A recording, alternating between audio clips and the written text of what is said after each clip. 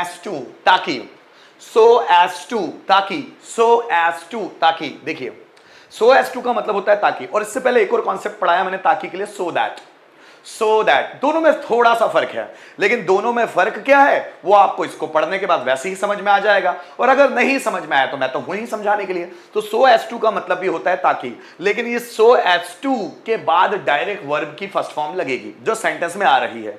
इसके बाद कोई अलग से सब्जेक्ट नहीं लगता, क्योंकि इसके बाद जो वर्ब आ रही है उसका सब्जेक्ट भी वही होता है जो आगे है। कैसे, मैं भी समझाऊंगा। देखो यह हो सकता है सेंटेंस में सब्जेक्ट ही ना है। आप देखिएगा सो एज टू मतलब ताकि, पहले सेंटेंस समझ लो फिर हम उसको कन्वर्ट करते हैं, ट्रांसलेट करते हैं। पढ़ाई करो ताकि एग्जाम में अच्छे नंबर प्राप्त कर सको। पढ़ाई करो ताकि, अब इस ताकि के लिए लगेगा सो as to.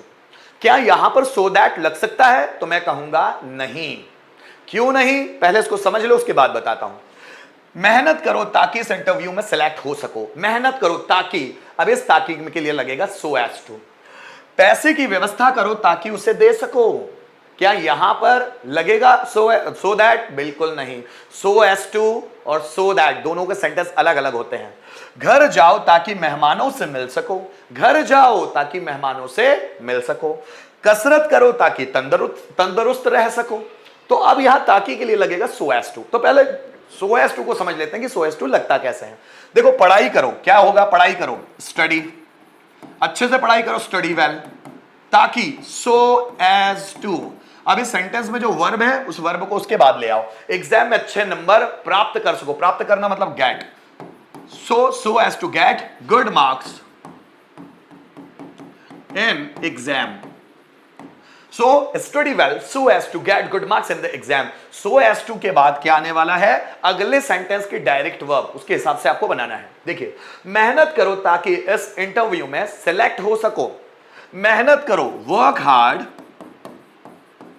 So as to इस इंटरव्यू में सिलेक्ट हो सको। अब वर्ब है सिलेक्ट होना, सिलेक्ट होने के लिए वर्ब है इंग्लिश में गेट सिलेक्टेड। गेट सिलेक्टेड, और सिलेक्ट करना हो तो सिलेक्ट बोलते हैं हम लोग। जैसे मैंने उसे सिलेक्ट कर दिया, सो आई सिलेक्टेड हिम, और मैं सिलेक्ट हो गया, तो सिलेक्ट होने के लिए वर्ब होती है गेट सिलेक्टेड। ये दोनों वर्ब अलग अलग है। सिलेक्ट का मतलब होता है सिलेक्ट करना, और गेट सिलेक्टेड का मतलब होता है सिलेक्ट होना। इसके लिए मैं भी एक वीडियो आएगा जिसमें मैं गेट से रिलेटेड पूरी वर्ब्स बताऊंगा, है ना? तो अभी थोड़ा सा wait. So as to get selected in this interview, ध्यान दीजिएगा।